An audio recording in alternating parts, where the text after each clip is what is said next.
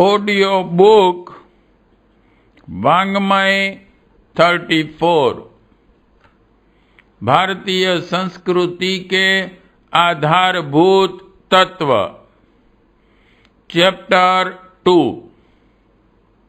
Part 23 समाज पुरुष का शीर्ष ब्राह्मण। ब्राह्मणों का स्वरूप ही ऐसा है। शास्त्रों में उनके कर्तव्य ऐसे कठोर बताए हैं जिनका पालन करने वाले को देवता ही कहना पड़ेगा। जो ब्राह्मण की कसौटी पर खरा उतरता है उसे देवता नहीं तो और क्या कहेंगे।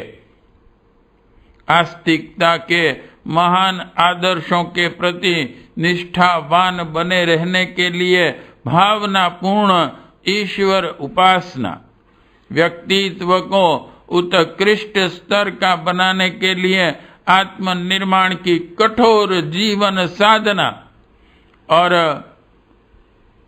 जनमानस में सत्प्रवृत्तियां विकसित करने के लिए अनवरत श्रम, यह 3 कार्यक्रम जिन्होंने अपने लिए निर्धारित कर लिए हैं और जो इसी राज मार्ग पर निरंतर चलते रहकर अपना ही नहीं समस्त संसार का कल्याण करते हैं, उनके चरणों पर सभी का मस्तिष्क झुक जाना स्वाभाविक है।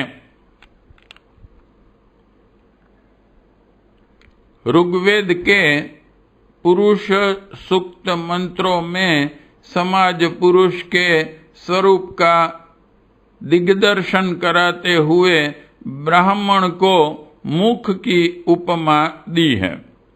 यह बड़ी सार्थक उपमा है। मुख अर्थात सिर, उसी में मस्तिष्क, जीव, नाक, कान, आँख, वाणी, रसना आदि महत्वपूर्ण अवयव रहते हैं।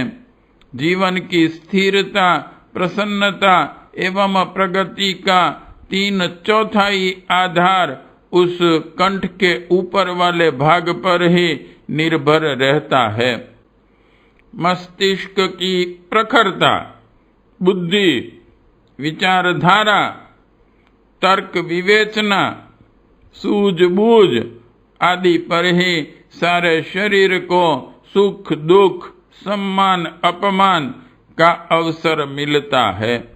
दिमाग पागल, सनकी, मूढ़, विकृत बन जाए, उल्टी बातें सोचें, आशंकाएं भरी रहें, पग पग पर सनकता रहे, तो ऐसा व्यक्ति हर जगह तिरस्कृत होगा और शरीर के अन्य अंगों की भी भोजन, वस्त्र जैसी आवश्यकताओं को यथावत प्राप्त कर सकना कठिन हो जाएगा।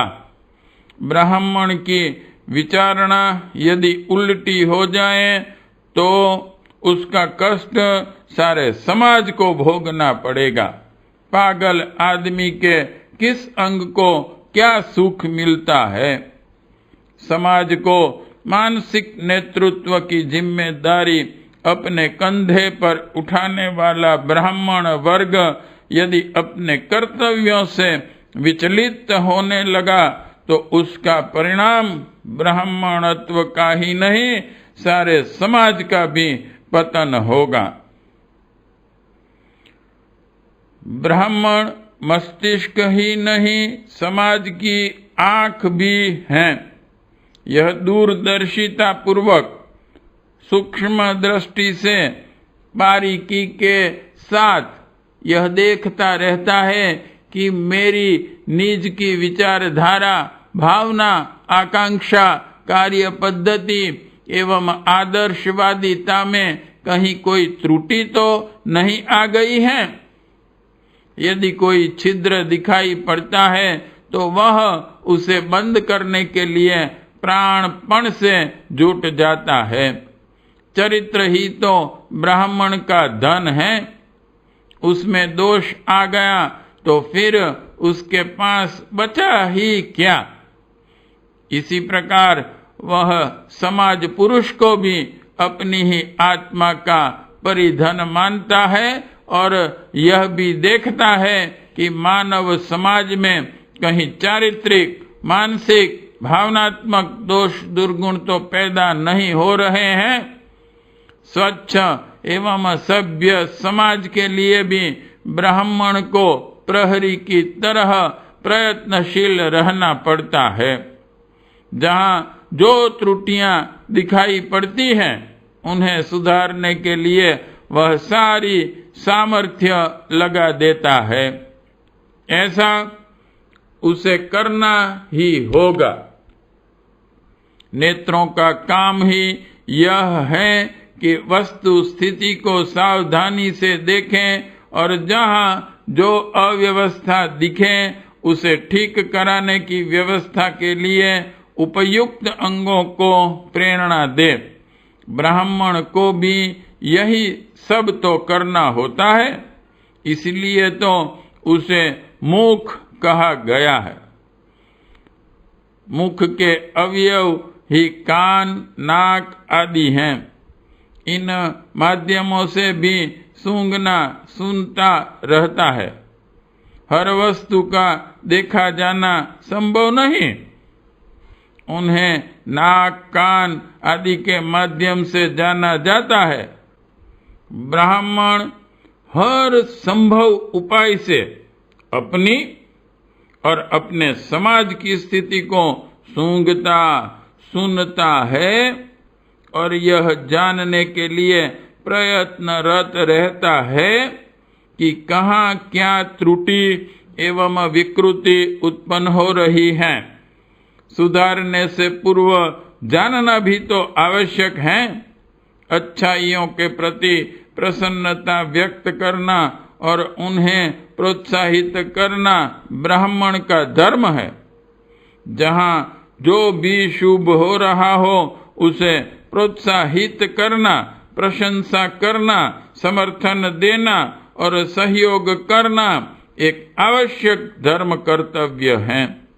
इसी प्रकार जहाँ गड़बड़ी चल रही है वहाँ सुधारने का वातावरण भी उसे बनाना पड़ता है। जो अपने से बन पड़े सो स्वयं करता, अन्यथा समाज को उन विकृतियों के विरुद्ध असहयोग, विरोध एवं संघर्ष करने के लिए खड़ा कर देना इसके जीवन क्रम का एक आवश्यक अंग होता है। कान गालियां सुनते रहे, नाक दुर्गंध सूंघती रहे, भला यह कैसे हो सकता है? ऐसी विकृतियां जहां भी वे देखेंगे उनके निराकरण का प्रयत्न करेंगे, क्योंकि ब्राह्मण मुख है। मुख में कान नाक भी है, इसलिए उसे यह सब भी अनिवार्यतः करना ही होता है।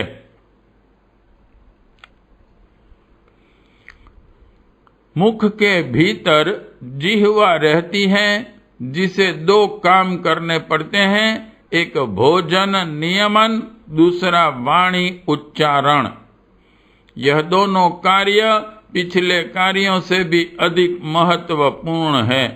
क्या भक्ष्य है, क्या अभक्ष्य, क्या ग्राह्य, क्या अग्राह्य है, उसका निर्णय जिह्वा को करना पड़ता है। जो उपयुक्त होता है उसे ही वह भीतर जाने देती है, अन्यथा चख कर ही वापस लौटा देती है। कड़ुए, वैशेले, दुर्गंधित पदार्थ वह भीतर नहीं जाने देती। इसी प्रकार ब्राह्मण समाज शरीर में अवांछनीय तत्वों को घुसने नहीं देता। वह पूरी चौकीदारी करता है कि कोई वैशेली दुष्प्रवृत्ति समाज पुरुषों के पेट में न चली जाए। दूषित विचारधाराओं और दुष्प्रवृत्तियों का अभक्ष्य कहीं जनसाधारण मन शरीर में प्रवेश न कर जाए। उसकी सुरक्षा ब्राह्मण को रखनी ही पड़ती है। मुख जो पाता है उसे वह अपने आप नहीं रखता, वरन पीस कूट कर रसायन बनाता है और पेट में भेज देता है ताकि उसका रस रक्त बनकर सारे शरीर का पोषण हो। ब्राह्मण अपरिग्रही होता है। लोग उसे खूब दान दक्षिणा देते हैं, स्वयं अपनी योग्यता एवं प्रतिभा से भी कमा सकता है, पर उस उपार्जन में से शरीर निर्वाह मात्र के लिए लेकर शेष सारा किसी न किसी रूप से समाज को लौटा देता है। उसकी सारी कमाई का लाभ समाज उठाता है। मुख को स्वादिष्ट पदार्थ दिए जाते हैं, वह उन्हें लेता भी है, पर इस हाथ ले उस हाथ दे वाली नीति से तुरंत ही वह उससे समाज को लाभान्वित करने की योजना बना लेता है। जो कण दांतों में उलझे रह जाते हैं, उन्हें भी वह कुल्ला करके बाहर निकाल देता है। ब्राह्मण को मुख की तरह अपरिग्रही होना ही चाहिए। जिह्वा दूसरा काम करती है बोलने का। मधुर बोलना, श्रेयस्कर बोलना, सीमित बोलना वाणी की विभूतियां हैं। यह विभूतियां जिसकी जिह्वा में हैं, वे अपने व्यक्तित्व का विकास करते हैं।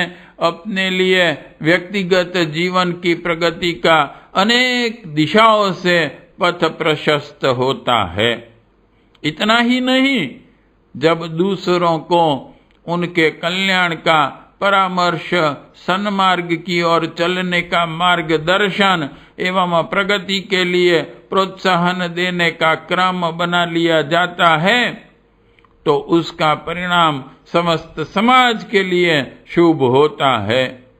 जितना उपकार किसी को धन आदि की स्थूल सहायता देने से हो सकता है, उससे 1000 गुना पूर्ण परोपकार दूसरों को सत प्रेरणा देकर कमाया जा सकता है। संसार की जितनी सेवा जिह्वा द्वारा हो सकती है, उतनी और किसी प्रकार नहीं। इसलिए ब्राह्मण अपना सेवा धर्म वाणी द्वारा ही निभाता है। कथा, प्रवचन, सत्संग, परामर्श, विचार विनिमय जैसे कार्यक्रम उसके चलते ही रहते हैं। फलस्वरूप समय समय पर अगणित लोगों को वह प्रकाश मिलता रहता है, जिसके आधार पर वे अपने उज्जवल भविष्य का निर्माण कर सकें। यह सेवा का उच्चतम स्वरूप है। आज प्रेस युग चल रहा है और चल पड़ने से यह प्रवचन कार्य एक सीमा तक लेखनी द्वारा भी होने लगा है। उपर्युक्त आधार पर ब्राह्मण की तुलना मुख से ठीक ही की गई है। वह समाज का शीर्ष है। शीर्ष ठीक रहेगा तो सब कुछ ठीक हो जाएगा।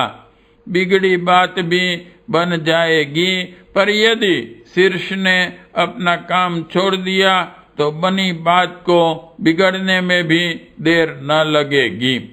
जिस व्यक्ति ने समाज रूपी शरीर में अपना स्थान एवं कर्तव्य शीर्ष के अनुरूप चुना है, उसकी जितनी महिमा गाई जाए उतनी ही कम है, जितनी प्रशंसा की जाए उतनी ही कम है, जितनी उपयोगिता मानी जाए उतनी ही कम है।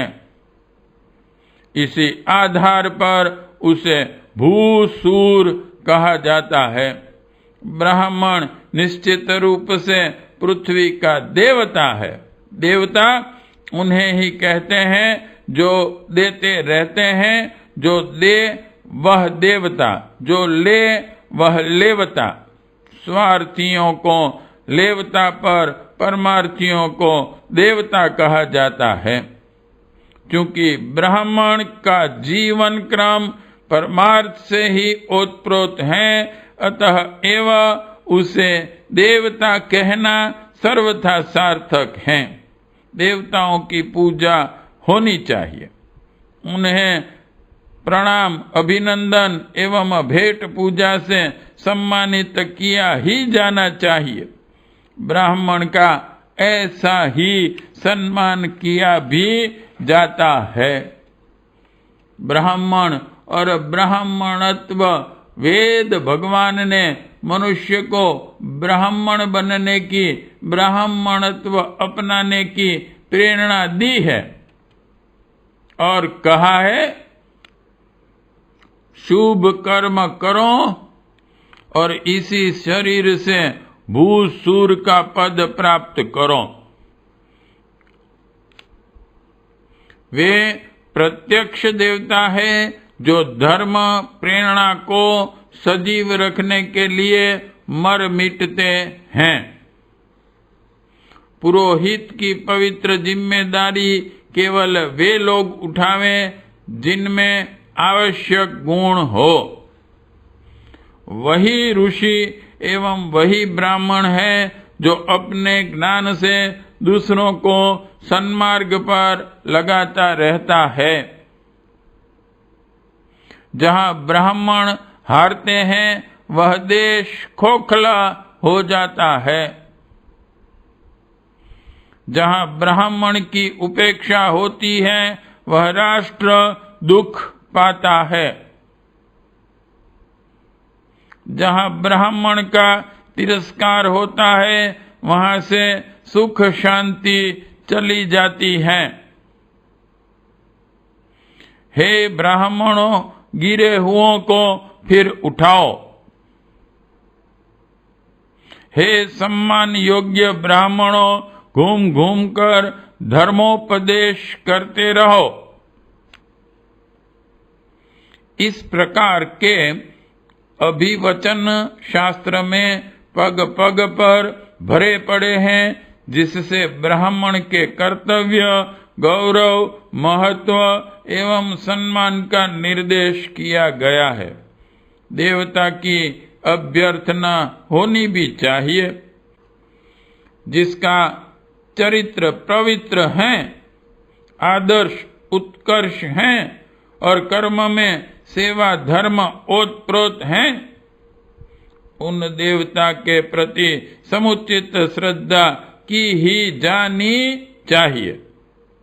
उससे त्रुटि करना अनुचित है। जो ब्राह्मण का मूल्य महत्व नहीं समझते वे दुख दारिद्र्य के भागी बनते हैं। इसमें कुछ भी अत्युक्ति नहीं है। इसी संदर्भ में ब्राह्मण के गुण, कर्म, स्वभाव का भी समुचित निर्देश किया गया है। इन गुणों के कारण ही उसको मान एवं गौरव मिला है। यदि वे न रहें तो फिर उसका मूल्य ही क्या रह जाता है।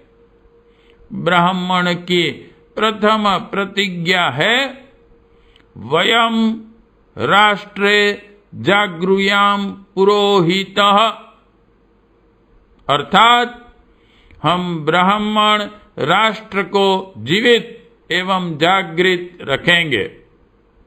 अपने समाज में नव जीवन का संचार करते रहना एवं उसके कर्तव्य धर्म अपनाए रहने के लिए जागृत रखना ब्राह्मण की ही परम पवित्र जिम्मेदारी है।